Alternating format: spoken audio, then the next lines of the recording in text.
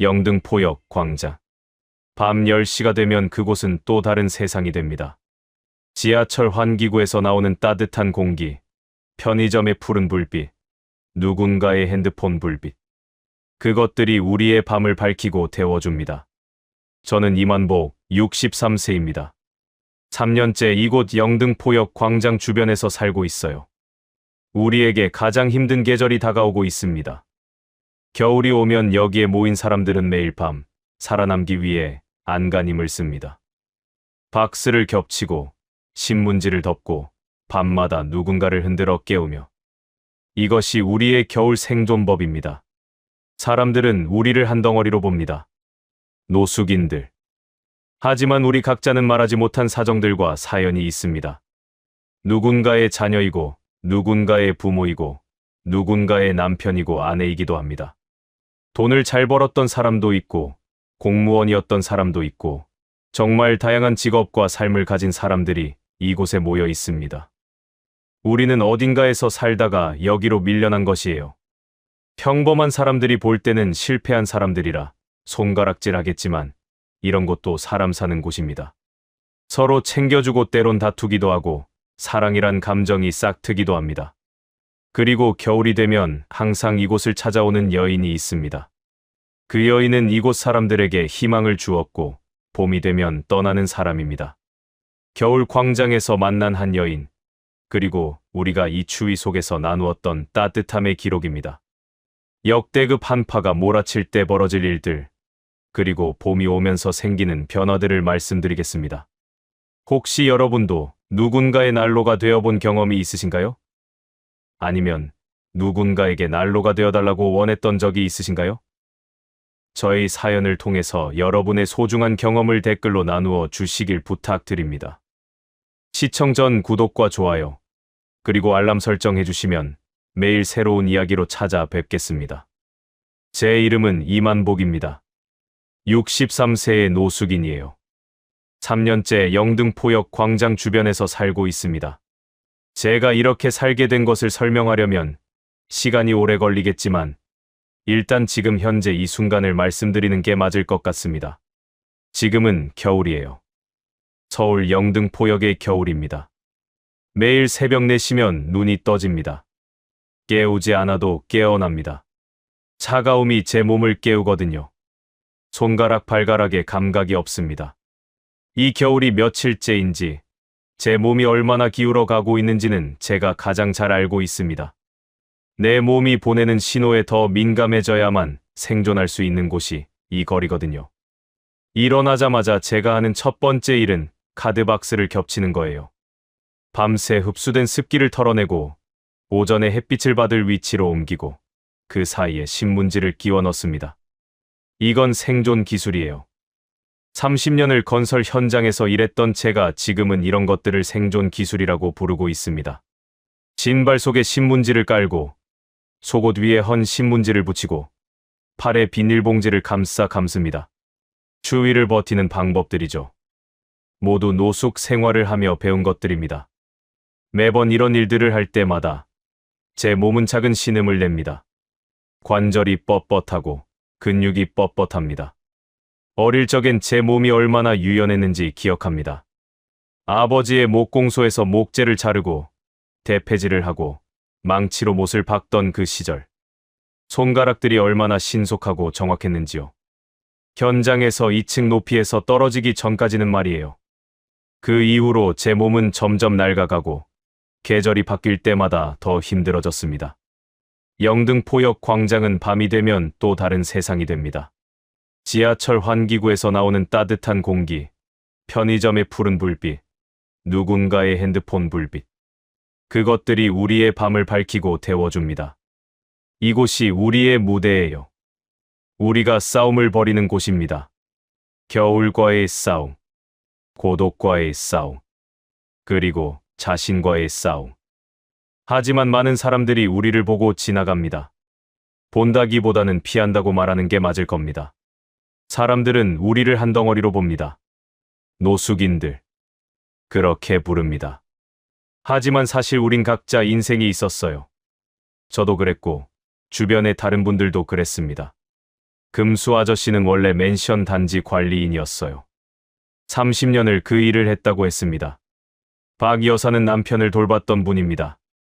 알츠하이머였던 남편을 10년을 간호했고 남편이 가신 뒤 자녀들이 찾지 않았다고 했어요.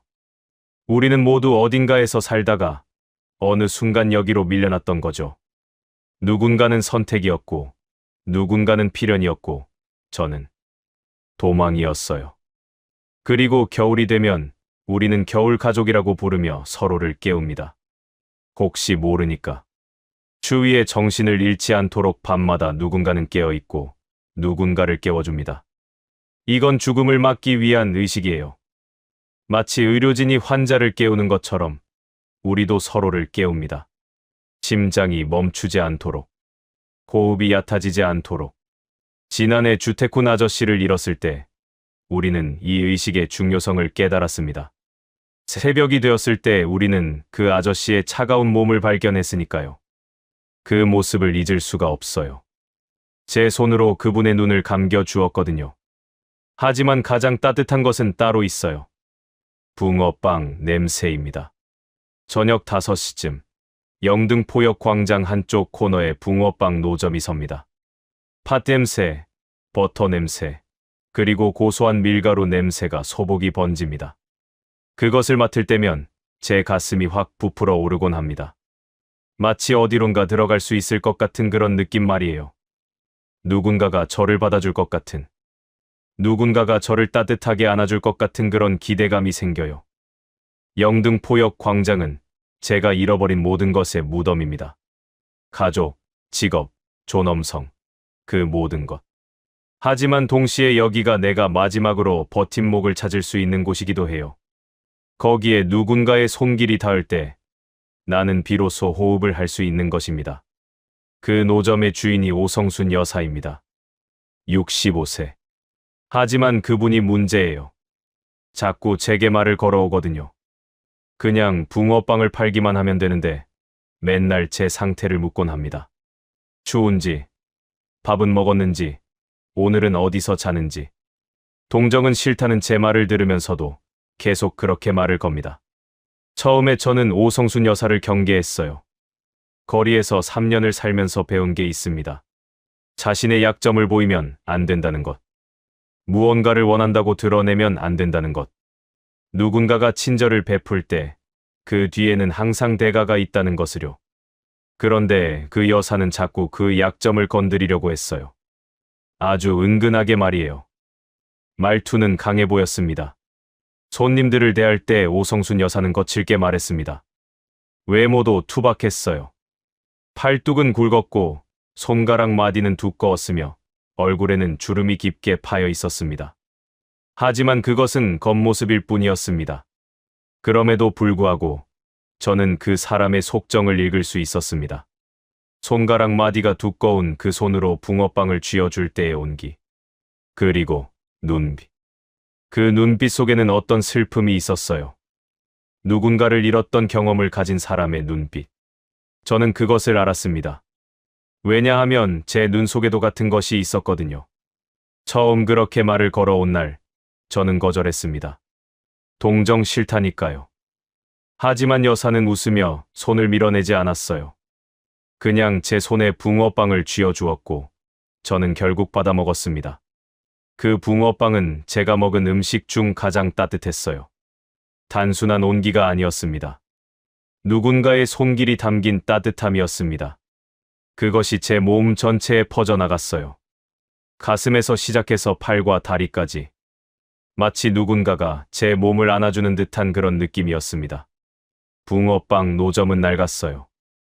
검은색 페인트가 벗겨진 나무 상판, 녹슨 프로판 가스 연결구, 그리고 손잡이가 헐거워진 붕어빵 틀들. 아마도 몇십 년은 되었을 겁니다. 그 노점에서 나오는 것은 새 것의 따뜻함이 아니라 누군가의 정성으로 만든 따뜻함이었어요. 매일 저녁 5시가 되면 오성수는 이 낡은 노점을 펼쳤습니다. 보온 용기에 들어온 반죽, 그 위에 앉혀진 팥, 그리고 거기 덧붙여진 버터. 모든 것이 손으로 이루어진 것들입니다. 이후로 며칠이 지났을 때 저는 깨달았습니다.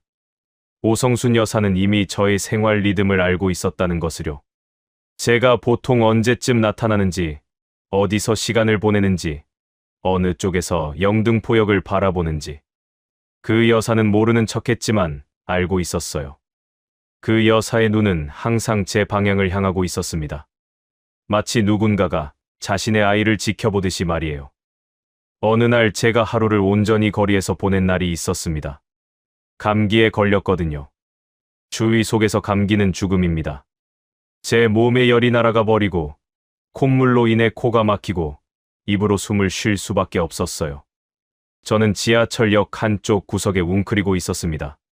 콧물이 흐르고 기침이 나오고 제 몸의 온도가 떨어져 가는 것을 느꼈습니다. 그때 여사가 저를 찾으러 다니고 있었어요. 나중에 알았지만 그날 여사는 자신의 노점을 닫고 저를 찾으러 다녔다고 했습니다. 이곳저곳을 다니며 제가 있을 법한 곳들을 체크했다고요.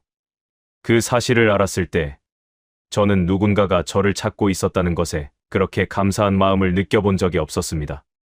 그날 저는 오성순 여사가 건넨 감기약과 쌍화탕을 먹고 회복했습니다. 시간이 더 지나며 저와 오성순 여사 사이에는 어색하지만 따뜻한 기류가 흐르기 시작했습니다. 길지 않은 인사였지만 눈빛으로 전해지는 무언가가 있었어요. 그것은 연민 같은 건 아니었습니다. 오히려 그것은 존중 같은 것이었어요. 그 여사는 저를 한 인간으로, 그리고 누군가의 아버지로, 누군가의 남편이었을지도 모를 한 사람으로 보고 있었던 것 같습니다. 저는 그런 시선이 처음이었어요. 최근 몇 년간 제가 받아본 시선은 대부분 피하는 눈빛이었거든요. 혐오하는 눈빛, 두려워하는 눈빛, 또는 동정하는 눈빛. 하지만 여사의 눈빛은 달랐습니다. 그 속에는 따뜻함이 있었고, 이해가 있었고, 그리고 기꺼이 주고자 하는 마음이 있었어요. 여사는 제가 누군가인 줄 알고 있었습니다. 겨울이 깊어지고 날씨가 더 추워질 무렵, 오성순 여사가 저에게 말했습니다. 아저씨 괜찮은 거 맞죠? 요즘 얼굴이 더 수척해 보여. 그 말을 들었을 때 제 가슴이 철렁했어요. 누군가가 제 변화를 보고 있었다는 뜻이었거든요. 누군가가 제가 얼마나 힘들어하는지를 알고 있었다는 뜻이었어요. 저는 아무것도 아닌 줄 알았는데 제가 누군가의 눈에는 계속 보이고 있었던 거였어요. 그 순간 저는 처음으로 겨울 속에서 제 자신이 조금씩 사라져 가고 있다는 것을 깨달았습니다. 제 몸무게는 계속 줄어들고 있었고 제 힘은 점점 약해지고 있었으며 제 의지도 조금씩 흐릿해지고 있었어요. 이것이 죽음으로 가는 길이라는 것을 저는 알았습니다. 하지만 동시에 누군가가 저를 놓지 않으려고 붙잡고 있다는 것도 깨달았어요. 그 여사는 제게 계절마다의 변화를 가르쳤습니다. 겨울에는 어떻게 살아남아야 하는지, 신발 속에는 신문지를 2겹 이상 깔아야 하고, 속옷 위에 헌 신문지를 입어야 하며, 손가락 끝부터 자꾸만 검은색으로 변하는 것을 주의해야 한다는 것을요. 그것은 동상의 신호였어요. 제 손과 발을 자주 자극해야 하고, 아무리 따뜻한 물도 찬 손발에 갑자기 붙지 말아야 한다는 것을요. 여사의 노점 주변에는 항상 누군가들이 모였습니다. 거리의 사람들. 하지만 여사는 모두를 같은 방식으로 대하지 않았어요. 제게는 유독 더 많은 붕어빵을 주었고, 더 오래 말을 걸었으며, 더 자주 저를 바라보았습니다. 그것을 보는 다른 사람들의 눈빛이 달라졌습니다. 부러움, 질투, 저는 그것을 감지했어요. 하지만 여사는 꿈쩍하지 않았습니다. 자신이 하고 싶은 대로 했습니다. 저도 모르게 제 발걸음이 여사의 노점으로 향하기 시작했어요. 처음에는 주 2, 3회였지만 점점 더 자주 가게 되었습니다. 매일 저녁이 되면 저는 여사의 노점 근처에 있었습니다. 저녁 5시. 그 정확한 시간에. 마치 시계처럼, 정해진 약속처럼요. 시간이 지나면서 저는 깨닫기 시작했습니다. 이것은 동정이 아니라는 것을. 여사는 저를 불쌍한 사람으로 보지 않았습니다. 여사는 저를 필요로 했어요. 이것이 관계라는 것을 저는 천천히 이해하게 되었습니다. 한쪽이 일방적으로 주는 것이 아니라 서로가 서로를 필요로 하는 것. 여사에게 제가 필요했던 거였어요. 누군가를 보살피고 싶었던 것. 그 누군가가 저였던 거죠. 12월에 중순이 되자 서울의 역대급 한파가 찾아왔습니다. 기상청은 영하 15도라고 예보했어요. 하지만 그것은 예보일 뿐이었습니다. 체감 온도는 훨씬 더 춥게 느껴졌어요. 바람이 거세었거든요. 풍속이 초속 10m를 넘어갔습니다. 그것이 무엇을 의미하는지 거리에서 사는 우리는 알아요. 그것은 죽음을 의미합니다. 우리 거리의 사람들은 긴장했습니다. 한파는 우리에게는 죽음을 의미하거든요. 실제로 지난해 이맘때쯤 우리 옆에서 자던 주택군 아저씨는 그 한파를 견디지 못했습니다. 그분은 60대 중후반이셨어요. 술을 좋아하셨고 자식들이 자신을 찾지 않아서 실망하셨던 분이었습니다. 아침이 되었을 때 우린 그 아저씨의 차가운 몸을 발견했어요. 그 모습을 잊을 수가 없어요. 제 손으로 그분의 눈을 감겨 주었거든요. 그날 밤 저는 깨어있기로 결심했습니다. 다른 사람들을 깨워야 했거든요. 누군가는 살아남아야 했습니다. 밤 11시, 밤 12시, 새벽 1시, 새벽 2시. 매 시간 저는 일어나 주변을 돌아다녔습니다. 금수 아저씨는 코를 골고 있었어요. 하지만 깨워야 했습니다. 박 여사는 이미 깨어 있었습니다. 그분도 저처럼 누군가를 지키고 싶은 마음이 있었던 거겠죠. 안성대. 그건 그분의 별명이었어요. 본명은 모릅니다. 우리는 한 명 한 명을 흔들어 깨웠어요. 혹시 모르니까요. 주위의 의식을 잃지 않도록, 손가락의 감각을 잃지 않도록. 하지만 제 몸도 버티기가 힘들었어요. 새벽 3시쯤 되니 제 손과 발이 더 이상 느껴지지 않기 시작했습니다. 제 손가락이 부어올랐어요. 여름에 붓는 것과는 다른 일종의 창백한 부음이었습니다. 이것은 동상의 초기 증상이었어요. 저는 그것을 알고 있었습니다. 건설 현장에서 겨울에 일하면서 본 증상이었거든요. 일부 동료들이 그렇게 손가락을 잃어버렸습니다. 제 손가락들이 마치 내 것이 아닌 다른 것처럼 느껴졌어요. 부었고 감각이 없었습니다. 그래도 저는 계속 일어나 다니려고 했어요. 누군가는 깨어 있어야 했거든요. 누군가는 살아남아 다른 사람들을 지켜야 했습니다. 저는 제 몸을 움직이기 위해 계속 움직였습니다. 정지하면 죽는다고 생각했어요. 움직임 자체가 생존이었습니다. 그 밤, 오성순 여사가 저에게 접근했습니다. 제가 금수 아저씨를 깨우고 있을 때였어요. 여사는 말했습니다. 오늘은 여기서 자지 말아요. 붕어빵 노점 뒤 천막으로 와. 그 말을 들었을 때 제 머릿속이 복잡했습니다. 자존심이 고개를 들었어요. 동정받고 싶지 않았고 누군가의 짐이 되고 싶지 않았습니다. 그래서 저는 거절했어요. 거절의 말을 찾았습니다. 괜찮습니다. 라고 말했습니다. 여사의 눈에는 어떤 단호함이 떠올랐습니다. 마치 이건 선택이 아니라 지시라고 하는 듯한 그런 눈빛 말이에요. 그것은 동정이 아니었습니다. 그것은 명령이었어요. 누군가를 구하려는 사람의 진지한 표정이었습니다. 저는 거절했고 여사는 제 거절을 받아들였습니다. 그 대신 여사는 자신이 준비한 두터운 담요를 제게 던져주고 돌아갔어요. 그것은 여사의 침낭이었을 겁니다. 여사 자신도 추웠을 텐데 말이에요. 추운 밤에 자신의 따뜻함을 나누다니요. 그 담요 위에는 미온의 붕어빵이 놓여 있었습니다. 여사가 직접 손으로 만든 것이었어요. 제 이름은 쓰여 있지 않았지만 그 붕어빵은 오롯이 저를 위해 만든 것이었습니다. 그 밤, 저는 그 담요를 덮고 붕어빵을 먹으며 한파를 견디려고 했습니다. 하지만 제 몸은 점점 추워졌어요. 제 호흡은 점점 얕아졌고 제 의식은 점점 흐려졌습니다. 제 손은 이제 감각이 없었고 발도 마찬가지였어요. 이것이 죽음의 신호라는 것을 저는 알았습니다. 하지만 저는 움직일 수 없었습니다. 담요 안에 들어갔으니까요. 그리고 누군가를 깨워야 했기 때문에 저는 점점 흐려지는 의식 속에서도 계속 신경을 쓰려고 했습니다. 다른 사람들이 어떻게 되고 있는지를 말이에요.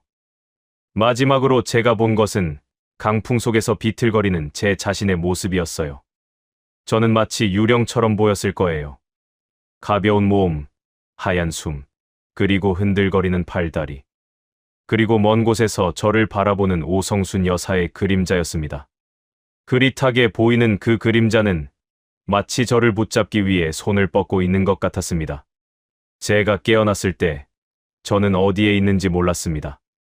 천장이 검은 비닐과 플라스틱 필름으로 되어 있었고 옆에는 붕어빵 기계와 나무로 된 상이 있었어요. 오성순 여사의 노점 뒤 천마가 아니었습니다. 제 몸은 포개진 담요들 위에 누워 있었고 제 손과 발에는 따뜻한 물에 적신 수건이 감겨 있었습니다. 그리고 제 신체 주변에는 뜨거운 물병들이 놓여 있었어요. 여사가 준비한 것이었을 겁니다. 깼어요? 오성순 여사의 목소리가 들렸어요. 그 여사는 계속 제 손과 발을 천천히 비볐습니다. 문지르듯이, 마치 어머니가 아기를 다루듯이. 그 손길이 제 몸을 깨웠습니다. 처음에는 아팠어요. 엄청나게 아팠습니다. 동상에 걸렸던 부분이 풀리면서 오는 그 특유의 통증. 하지만 그 아픔이 제가 살아있다는 것을 느끼게 해 주었어요. 죽지 않았다는 것을 말이에요. 저는 여기 있었습니다. 누군가가 저를 살려낸 이곳에. 저는 말했습니다. 미안합니다. 여사는 대답했어요. 그럼 이제 괜찮은 거야? 아니면 또 거절할 거야? 제 눈에서 눈물이 났습니다. 처음으로 눈물이 났습니다. 누군가가 저를 붙잡아 줬다는 사실에. 누군가가 저를 살려줬다는 사실에. 누군가가 제 자존심 따위를 상관하지 않고 저를 구해줬다는 사실에. 제 자존심이 산산조각이 났어요. 그동안 저를 지켜온 껍질이 깨졌습니다. 하지만 그것도 필요한 것 같았습니다. 산산조각 난 그 자존심 덕분에 저는 누군가의 손길을 받아들일 수 있게 되었거든요. 누군가의 따뜻함을 거부하지 않을 수 있게 되었습니다. 왜 이렇게 살아요, 아저씨? 오성순 여사가 물었습니다. 그 질문 앞에서 저는 처음으로 제 과거를 말하고 싶었습니다. 누군가에게, 내 자신에게 말하고 싶었어요. 천막 안의 어둠 속에서, 여사의 손길 위에서 저는 처음으로 제 이야기를 꺼내기 시작했습니다. 저는 원래 이렇게 살던 사람이 아니었어요. 그냥 다 내려놓게 된 거죠. 여사는 말없이 들었습니다. 그 여사는 계속 제 손과 발을 문질렀어요. 손을 멈추지 않으면서. 마치 저를 계속 살려내려고 하는 듯이. 그리고 시간이 지난 뒤 여사가 천천히 말했습니다. 살아야지. 아직 인생이 끝난 것도 아닌데. 그 말은 어떤 위로도 아니었습니다. 그것은 그저 사실이었어요. 우리는 아직 살아야 했고 인생을 견뎌야 했습니다. 그 말을 들었을 때 저는 처음으로 살아야겠다는 감정을 느꼈습니다. 지금까지의 저는 살아남고 있었을 뿐 살고자 하지 않았거든요. 하지만 그 말을 듣는 순간 아직 살아가야 할 이유가 있다는 생각이 들었어요. 왜냐하면 누군가가 저를 보고 있었거든요. 누군가가 제 손과 발을 데워주고 있었거든요. 누군가가 제게 말했어요. 아직 끝나지 않았다고. 그날 밤, 저는 오성순 여사의 천막 안에서 처음으로 안전한 밤을 보냈습니다. 바깥은 계속 한파가 불어오고 있었지만 이곳은 따뜻했어요.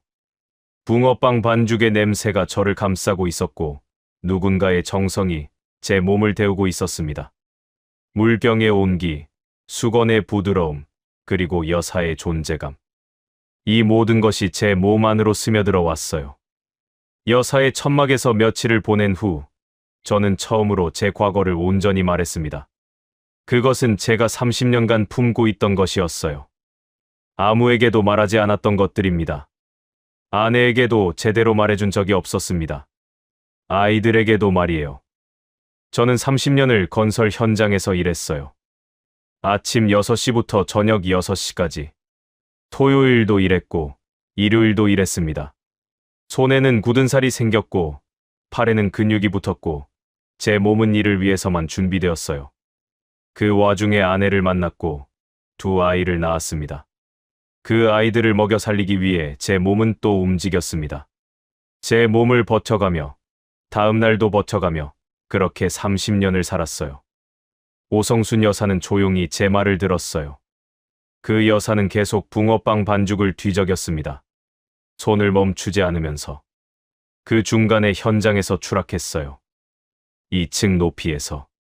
다리와 팔이 부러졌습니다. 입원했고, 수술했고, 재활을 했습니다. 그리고 회사는 저를 버렸습니다. 산재 처리 때문에 골치 아프다며 저를 내보냈어요. 제 목소리가 떨렸습니다. 30년이 지난 지금도 그때의 수치심이 여전히 제 가슴을 찌르고 있었거든요. 아내는 그것을 견디지 못했어요. 처음에는 함께 버티려고 했습니다. 하지만 점점 더 힘들어졌어요. 생활비가 바닥나기 시작했고 저는 자책했습니다. 그리고 아내도 저를 책망했습니다. 아이들도 달라졌어요. 아버지를 보는 눈이 달라졌습니다. 희망이 아니라 절망을 보는 눈으로 말이에요. 그 이후로 제대로 된 일자리를 구하지 못했습니다. 작은 가게 아르바이트, 배달, 청소, 그런 일들을 했어요. 하지만 그 월급으로 가족을 부양하기는 힘들었습니다. 제 몸이 예전처럼 작동하지 않았어요. 가족은 계속 줄어드는 월급으로 점점 힘들어졌습니다. 여사의 천막 속에서 저는 처음으로 제 실패를 누군가에게 고백했습니다. 사업 실패, 가족 해산, 그리고 거리로의 추박. 그 모든 것. 여사는 저에게 말했습니다. 나도 비슷한 것 같아요. 그 여사는 천천히 자신의 사연을 말했습니다. 이혼, 자녀와의 단절, 그리고 빚. 그 여사도 누군가를 잃었고 누군가에게 상처 줬던 것이었어요. 여사의 아이들도 여사를 찾지 않는다고 했습니다. 여사도 저처럼 자신의 실패로 인해 가족을 잃었던 거예요. 그래서 이렇게 밤마다 붕어빵을 파는 거예요. 혼자라도 누군가에게 따뜻한 것을 주고 싶어서. 아마도 그것이 자기가 할 수 있는 유일한 일이라고 생각해서요. 그 말을 들었을 때 저는 처음으로 깨달았습니다. 오성순 여사도 저처럼 상처받은 사람이었다는 것을. 그리고 그것이 왜 여사가 저를 이렇게 대했는지를 설명했어요. 여사도 누군가에게 필요한 사람이 되고 싶었던 거였어요. 누군가를 도와주고 싶었던 거였습니다. 저를 통해서 말이에요. 이후로 저는 여사의 노점을 도와주기 시작했습니다. 아침에 일어나 불을 피우고 붕어빵 반죽을 옮기고 고객들을 맞이했어요. 작은 일들이었지만 저에게는 무척 소중했습니다. 왜냐하면 누군가가 저를 필요로 했거든요. 누군가의 옆에서 제가 어떤 역할을 할 수 있었거든요. 아침마다 제 첫 일은 불을 피우는 것이었어요. 저는 종이와 나무를 모아 작은 불을 만들었습니다. 그 불이 성순의 손을 녹일 수 있다는 생각이 들면 저는 더욱 열심히 불을 피웠어요. 그 불 앞에서 성순이 두 손을 모아 따뜻함을 나눌 때 저는 누군가에게 도움이 되는 사람이라는 생각을 처음으로 느꼈습니다. 30년의 건설 현장도 아내와의 결혼 생활도 이보다 더 의미 있게 느껴진 적이 없었습니다. 하지만 주변의 시선은 곱지 않았습니다. 다른 노숙인들이 저를 놀렸어요. 여사장한테 붙었네. 밥 얻어먹으러 왔네. 그런 말들이 들렸습니다. 그것이 상처가 되지 않은 것은 아니었어요. 거리에서 사는 우리에게도 자존심이 있었거든요. 하지만 성수는 그런 말을 들을 때마다 말했습니다. 저 사람은 그냥 부러운 거예요. 신경 쓰지 말아요. 그렇게 단 몇 마디로 성수는 저를 지켜냈습니다. 주변 상인들도 처음엔 못마땅해 했어요. 노숙자한테 왜 그렇게 신경을 쓰냐고요. 어차피 나중엔 떠날 텐데. 라는 말까지 들었습니다. 하지만 성수는 동요하지 않았어요. 성수는 자신의 선택에 묵묵했습니다. 저를 선택했다는 것을 후회하지 않는다는 듯이. 제가 성순과 함께하는 가운데 저는 처음으로 누군가와의 동반자 관계를 느꼈습니다. 그것은 연인의 사랑도 아니었고 가족의 정도 아니었어요. 그것은 서로를 지키는 것, 서로를 존중하는 것, 그리고 함께 살아가기로 하는 것. 그런 관계였습니다. 우리는 살아온 배경도 달랐고 성격도 달랐어요. 하지만 우리는 같은 상처를 가지고 있었어요. 그 상처가 우리를 연결했습니다. 겨울이 점점 끝나고 있었습니다. 날씨가 조금씩 풀리기 시작했고 해가 더 오래 나기 시작했어요. 길거리의 눈도 녹기 시작했고 새소리도 들리기 시작했습니다. 계절은 정말로 변했어요. 하지만 그렇게 되자 저는 미래에 대해 생각하게 되었습니다. 저와 성수는 함께하지만 우리의 현재는 일시적이었어요. 영등포역 광장은 우리의 집이 아니었고 밤마다 누군가는 떠날 준비를 했습니다. 누군가는 쉼터에 들어갔고 누군가는 자식에게 찾아갔고 누군가는 더 이상 오지 않게 되었어요. 안성댁도 어디론가 떠났습니다. 그녀가 선택한 어딘가로 말이에요. 우리는 그녀를 막을 수 없었습니다. 각자의 삶이 있었으니까요. 그런 현실 속에서 제가 성순에게 물었습니다. 그 질문이 무서웠어요. 하지만 물어야 했습니다. 봄 되면 당신은 어디에 있을 거예요? 성수는 조용히 말했습니다. 봄 되면 나는 지방에 있는 지인 가게 도와줄까 해. 그 말을 들었을 때 제 가슴이 철렁했습니다. 만나기 시작한 지 겨우 몇 달인데 벌써 헤어질 준비를 하고 있었기 때문이었어요. 우리가 함께했던 그 모든 밤들, 그 모든 따뜻함이 순간에 흐릿해졌습니다. 봄이 오면 다시 혼자가 되는 건 아닐까요? 다시 추위 속으로 돌아가야 하는 건 아닐까요? 그러면 나는 마음속에서 저도 모르게 떨렸습니다. 이 질문은 어떤 의존을 나타냈어요. 제가 성순을 필요로 한다는 것을, 제가 혼자 설 수 없다는 것을, 제가 또 다시 버려질까봐 두렵다는 것을. 만복 씨가 어떻게 할지는 만복 씨가 정하는 거예요. 당신은 남아있고 싶으면 남아있으면 되는 거고, 나를 따라오고 싶으면 따라오면 되는 거고. 성순은 그 말을 다 하지 못했어요.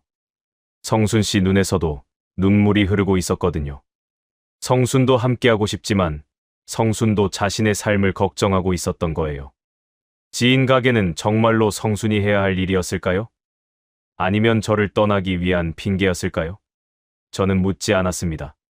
성순의 눈물 속에 모든 답이 있었거든요. 그날 밤, 저는 처음으로 성순에게 솔직하게 말했습니다. 여기서 당신을 만났다는 게 나한텐 참 따뜻했어요. 정말로. 성수는 대답했습니다. 나도 그래요. 만복 씨.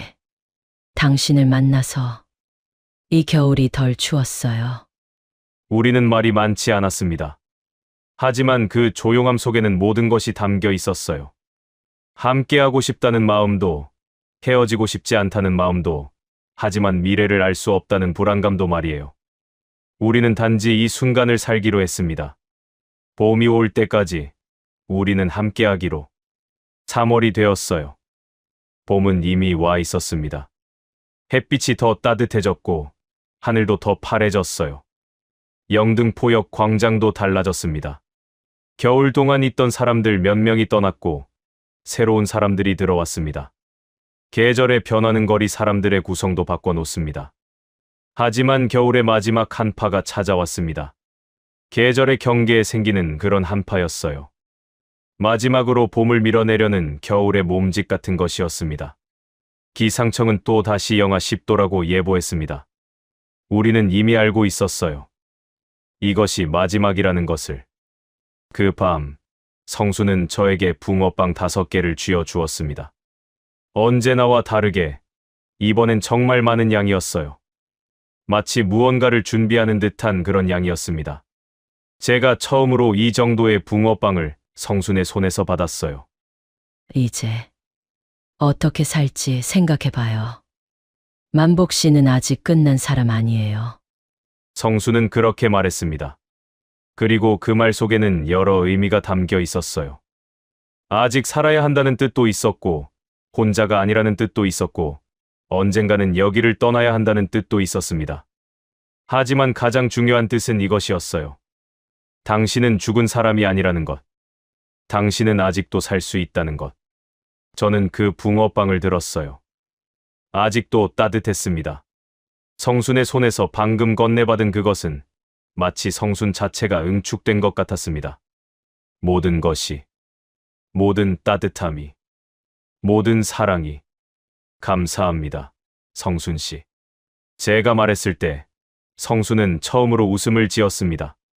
그것은 제가 본 가장 아름다운 미소였어요. 그 미소 속에는 슬픔도 있었고 희망도 있었습니다. 우리는 이 겨울을 함께 견뎌냈습니다. 그것만으로도 충분했어요. 봄이 오면 우리가 어디에 있을지는 모르지만 우리는 이 순간을 함께 살고 있었습니다. 영등포역 광장의 밤, 붕어빵 냄새가 나는 곳에서 서로를 필요로 하는 두 사람으로서 말이에요. 우리는 이 겨울을 견뎌냈습니다. 함께 말이에요. 저는 지금도 영등포역에서 밤을 지냅니다. 하지만 이제 혼자가 아닙니다. 옆에는 성순이 있고 붕어빵 냄새가 있고 그리고 내가 누군가에게 필요하다는 그 확실함이 있습니다. 사람들은 거리의 노숙인들을 볼 때 한 덩어리로 봅니다. 하지만 우리 각자는 인생을 가지고 있었어요. 선택과 실수와 후회와 그리고 누군가를 사랑했던 경험들 말이에요. 저는 청취자 여러분에게 말씀드리고 싶습니다. 만약 여러분이 거리에 누군가를 보게 된다면 그들을 한 사람으로 봐주시기 바랍니다. 그들도 이전에는 누군가의 아버지였고, 누군가의 남편이었고, 누군가의 딸이었을지도 모릅니다. 저는 성순 덕분에 다시 한번 살아야겠다는 생각을 했습니다. 봄이 오면 우리가 어디에 있을지는 아직 모릅니다. 하지만 하나는 확실합니다. 우리는 이 겨울을 함께 견뎌냈고 그것으로 충분하다는 것을요. 혹시 여러분도 누군가의 난로가 되어주고 싶으신가요? 혹은 누군가를 따뜻하게 보듬은 경험이 있으신가요? 댓글로 여러분의 소중한 이야기를 나누어 주시면 감사하겠습니다. 그리고 이 이야기가 조금이라도 마음을 녹여줬다면 구독과 좋아요 부탁드립니다. 다음 이야기로 찾아뵙겠습니다.